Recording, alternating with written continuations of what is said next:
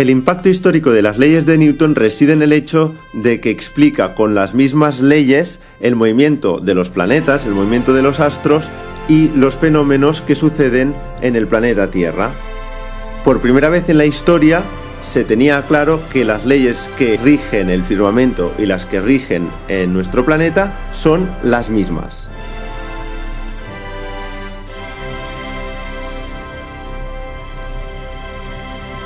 Céntrico. ¿Eso es una moneda? Hay un euro, luego te lo robo, ¿vale? No.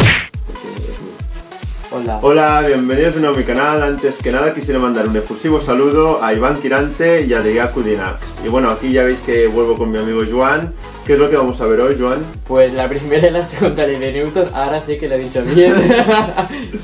Y la última vez ya vimos un vídeo sobre equilibrios que os recomiendo encarecidamente. Y que me sigáis en Bueno, Instagram, @98. en mi cuenta de Instagram que es @clasesamida_tube. Aquí, le clicáis aquí y os va directamente.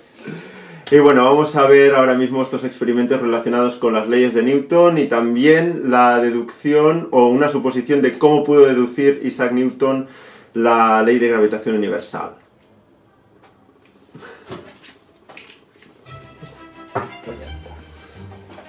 Supongo que saldrá provechoso. ¿Es 1 euro o 2 euros? La primera ley de Newton nos dice que todo objeto permanecerá en reposo o en movimiento rectilíneo uniforme a no ser que sobre él actúe una fuerza neta. Es decir, en ausencia de una fuerza neta, si un objeto estaba quieto, permanecerá quieto y si se movía, seguirá moviéndose con la misma velocidad en línea recta.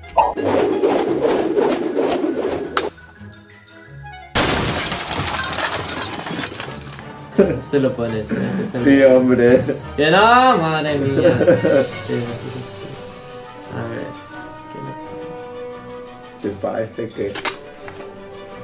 En el caso de un objeto extenso, ya vimos en el vídeo sobre equilibrios locos que siempre podemos tratar el objeto como si toda su masa estuviera concentrada en un único punto, y ese punto recibía el nombre de centro de masa. Sobre el centro de masa siempre actúa el peso. Si logramos cancelar el peso, el sistema permanecerá en reposo. Para ello, solo tenemos que situar el centro de masa sobre un punto de apoyo o por debajo de este.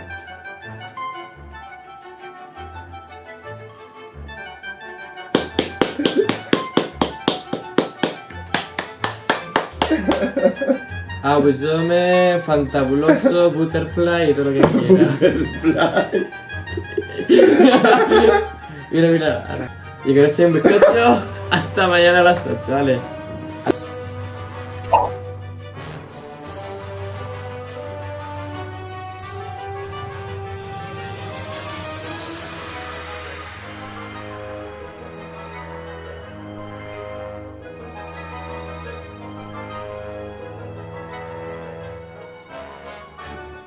El siguiente experimento se llama huevo de inercia. Si golpeamos la bandeja con un golpe fuerte y seco, el rozamiento con los tubos de cartón podrá considerarse cero.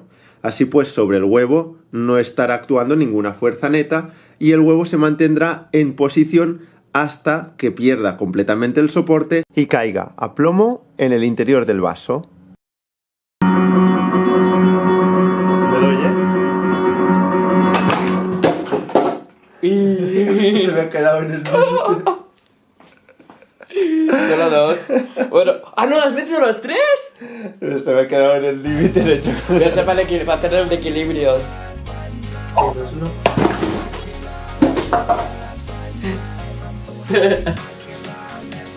¿Y dónde ha ido el huevo?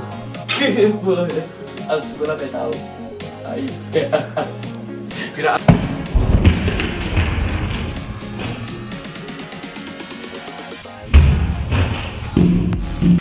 Ahí. Es un desastre. ¿Yo por qué?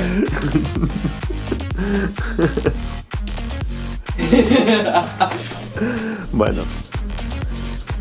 El truco del mantel es muy parecido. Si tiramos del mantel hacia abajo con suficiente fuerza, el rozamiento no arrastrará los vasos. Es decir, estos permanecerán en reposo. O casi.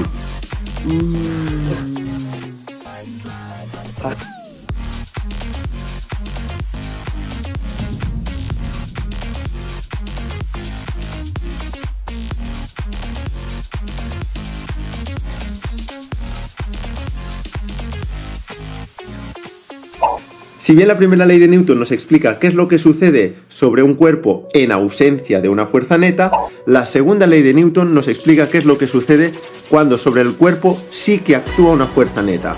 En ese caso, el cuerpo recibe una aceleración directamente proporcional a la fuerza e inversamente proporcional a su masa. Matemáticamente se expresa con esta fórmula: fuerza neta igual a masa por aceleración. ¿Pero qué quiere decir esto? Esto quiere decir que cuanto mayor sea la fuerza neta, mayor será la aceleración del cuerpo, o lo que es lo mismo, mayor será el cambio en el movimiento del cuerpo. Por otro lado, cuanto mayor sea la masa del cuerpo, mayor será su oposición a ser acelerado, es decir, mayor será su resistencia a cambiar su estado de movimiento. Para ejemplificar esto vamos a someter este juguete a la fuerza del peso de unos alicates. Primero vamos a coger el camión sin el tráiler y, como vemos, recibe una aceleración considerable. Y ahora, si probamos lo mismo pero con el tráiler y los cochecitos, pues claro, habremos aumentado mucho su masa y por lo tanto mayor será su oposición, su resistencia a ser acelerado. Como vamos a aplicar la misma fuerza, es decir, el peso de los alicates, la aceleración que esperaremos será menor. Pues vamos a ver si efectivamente es menor. Pues sí. Está roto por eso, por cierto. Ya, pero bueno. Ahora Con esto jugaba Víctor de pequeño. Imaginámoslo ahí. Bueno, ahora definitivamente hay más masa, así de pequeño y de mayor. Definitivamente ahora hay más masa. Vamos a ver si la aceleración, al someterlo a la misma fuerza, porque es el mismo objeto el que voy a soltar, pues vemos que es menor.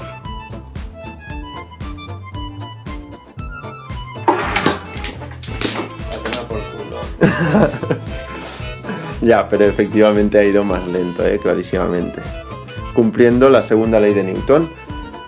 Aplicando la misma fuerza sobre dos objetos con masa distinta, la aceleración va a ser menor en aquel objeto donde la masa es mayor.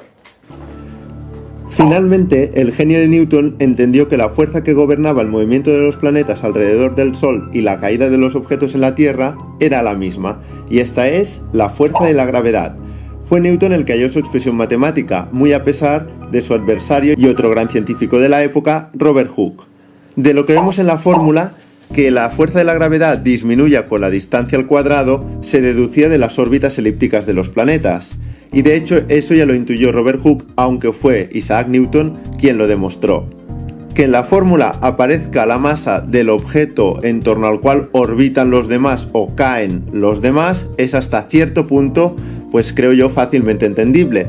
Pero que también aparezca la masa del objeto que orbita o del objeto que cae, esto ya no es tan intuitivo. ¿Cómo pudo llegar Newton a esa conclusión? Pues bien, como ya señaló Galileo, todos los objetos en la Tierra, independientemente de su masa, caen con la misma aceleración. Pero ojo, según la segunda ley de Newton, cuanto más masa tiene un objeto, mayor resistencia tiene a ser acelerado. La única explicación posible a ello es que la fuerza de la gravedad también dependa de la masa del objeto que cae.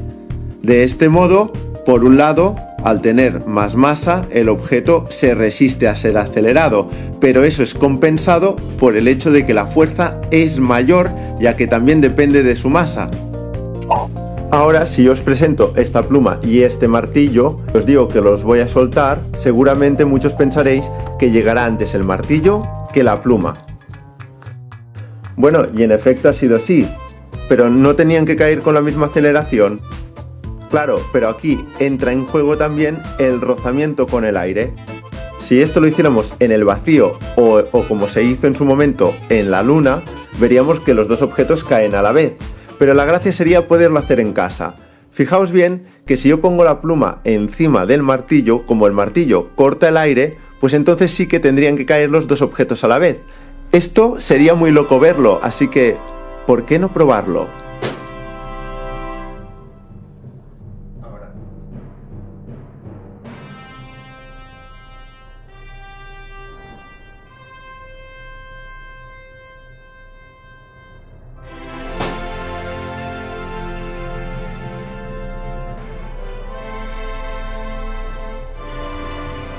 Bueno, y hasta aquí este vídeo. Sé que me falta por explicar la tercera ley de Newton, lo dejo para un vídeo futuro y ya sabéis que un like siempre se agradece.